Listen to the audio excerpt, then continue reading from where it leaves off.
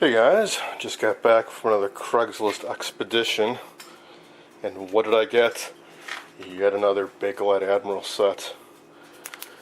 Which now brings my grand total on this specific model to 4.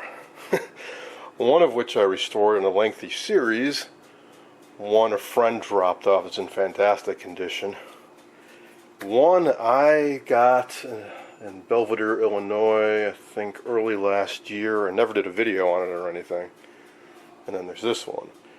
And I also have one of the 20X12 model. That's with the gold bezel and a different chassis inside. That one's restored. I did a series on that. And then there's a 6th one, believe it or not, but it has no chassis. It's just a cabinet. Now, I do not need any more of these, but it was on Craigslist for weeks.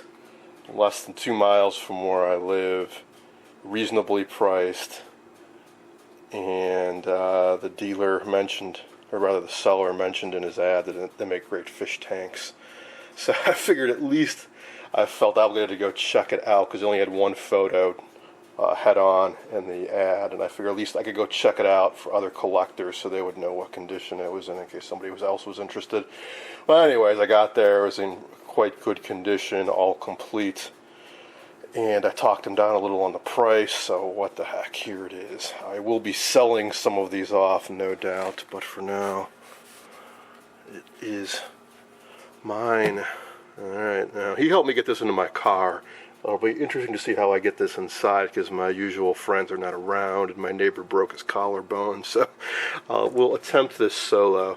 If I take the chassis out, both chassis out, this has a dual and a lower and an upper. I might be able to carry the cabinet by myself, otherwise I think there's a 2-wheel dolly somewhere in the building. All these white specks, that's just the usual latex paint. No problem. The guy I got this one was a really, really nice guy, and he said it had been in his family as long as they can remember, so I think his mother might have been the original purchaser of the set. He had some really cool stuff at his place too, and he said he used to have a lot more. He had some of those sweet 70s bikes with the big rear wheel with the slick tire and a small front wheel and the stick shift on the center bar. And he had some mini bikes, and yeah, it's a nice guy to talk to. So that's why he'd been hanging on to this, because he figured somebody might want it, and he knew the cabinet was in decent shape, so he figured it was worth restoring. Now, the worst thing on the set in my mind is actually this, the faceplate. It's got some scratches. Those can probably be wet sanded out, although this one's a little deep. And this is on the outside, but this is the reverse milky white painting that's come off. Sure, I can touch this up. I can take this out easily enough and spray it from the rear with new paint, but it's never gonna quite match. And it's a little rubbed off down there too. But otherwise, there are no significant scratches. There are, for sure, are no dings or chips in this cabinet. It's a bit faded and a bit scuffed on top, but you know, a little wet sanding, maybe a little shoe polish or stain can make that looking pretty nice. Inside, it's incredibly filthy, but doesn't look to be rusty, and it's got the metal back. Just for the metal back and the knobs, the price I paid, it's worth it for that, let alone the CRT and the cabinet and all the rest of it. So, I will try to clear some room inside and see about bringing this up and taking a closer look at it. Alright, I didn't think I had it in me, but took a deep breath and was able to lift this thing out in one piece on my own from the back of my car and get it upright in the garage. A little winded, not the lightest things, but I'm pretty confident now if I get this anchor out of the set and the top chassis, I should be able to carry the individual pieces up inside, no problem. So, check out that filth. But, you know, not that bad. A little bit of corrosion underneath, but I've seen worse. All the tubes are there. Like I said, everything's tacked. It's got the back. So the original power cord. One thing that's not there is the mesh that would normally cover up the chassis inside, but those are almost always missing. Out of the 6 sets I've got, it was only present in 2 of them, and I know plenty of other collectors, they're missing in those sets too. There's some tape. I heard some stuff rattling around inside. In particular, there was a piece of, I don't know, metal or something.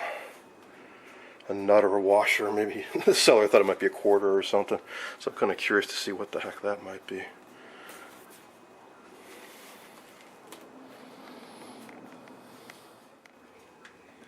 Huh, I know what it was, because I just found it in my car. There's a tube shield.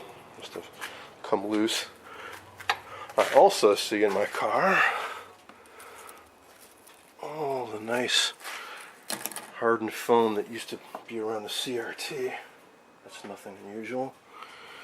And here are the chips of paint that fell off the inside of the safety plastic.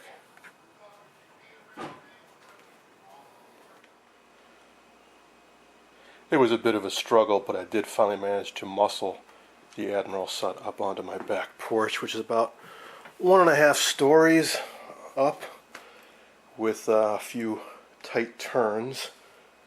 I did that in spite of this 2-wheeler, which normally would be a big help, except that the pneumatic tires are virtually flat. So it was a bit of a struggle, but here it is, safe and sound.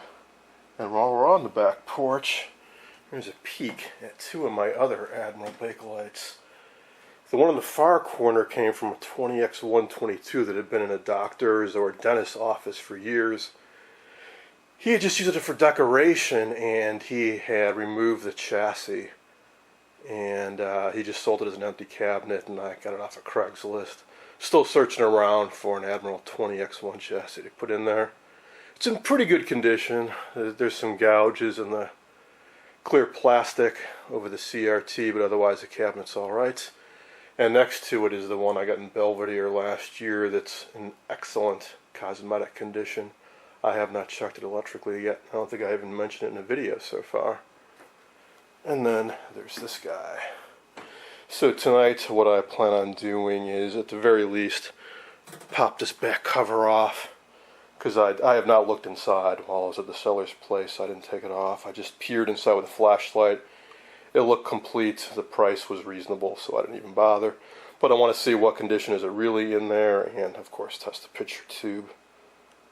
And I think I'll grab a little Novus number 2 or some other cleaner and start just doing a rough pass on this top and get a better idea of how bad things really are. I just popped the back off so I can finally take a closer look inside. And as I figured, it's completely intact. All the tubes and all the bits and parts are present. Also notice that you can take a look in underneath. There's usually, or there originally was a piece of mesh over this, but it's so often missing. But that can be kind of handy because it gives you a chance to take a peek inside. And everything looks alright. So, let's see. Base is on the CRT nice and solid. It's always nice. And yeah, this set is filthy, but underneath the 6 decades of dust, chassis seems to be alright. Let's see if we can catch a brand name on here anywhere. I think it's just too dirty. Grab a damp rag and wipe that down. Also pop this off, and I'll grab my CRT tester and fire this up, see what we get. Actually looks pretty good inside that high voltage cage. Although we've seen how often these high wattage resistors are burned out. Raytheon, RCA, Sylvania. And I cleaned this CRT off, but still don't see any insignia anywhere. So there's a chance this may be a rebuilt CRT and they put on a generic base, which could be a good sign. It mean that it's been replaced at some point, has a better chance of having some life left. Let's find out.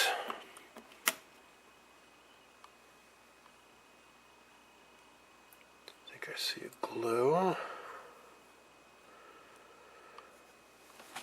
Oh yeah, it's glowing alright.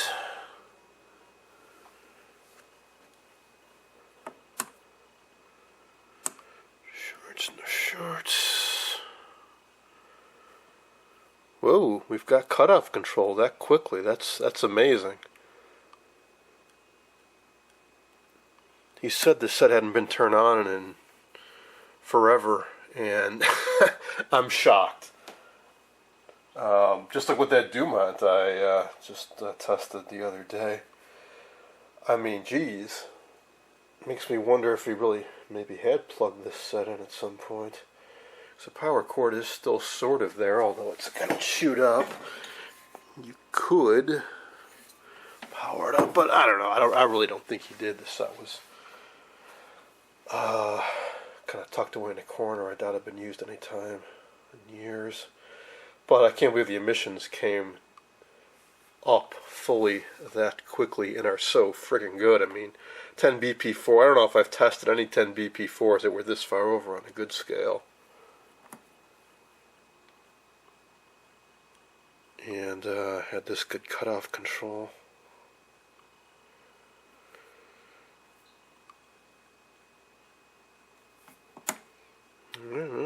Last thing to do is a life test.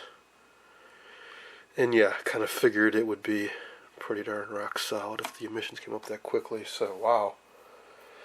Alright, so, if nothing else, just for the metal back and the knobs and the CRT, this was well worth what I paid for this set. But I do intend to restore it, so one last thing I'll do, it's getting kind of late, but I do want to at least do a quick little clean on the top here and see what this bakelite looks like. Here it is after a couple passes with Novus number 2. And sure, there are still some scratches visible. They're somewhat deep, but the latex paint came off no problem. And I see some promise here. The sides are definitely not bad at all. And these scratches aren't quite so deep, and the top isn't actually as bad as I thought it was. A little bit of wet sanding. I think this will turn out just fine, and CRT is great.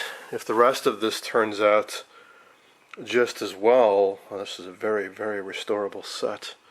Well, that's going to be it for now. Hope you enjoyed this look at my latest Craigslist find, a 1949 Admiral 24A12.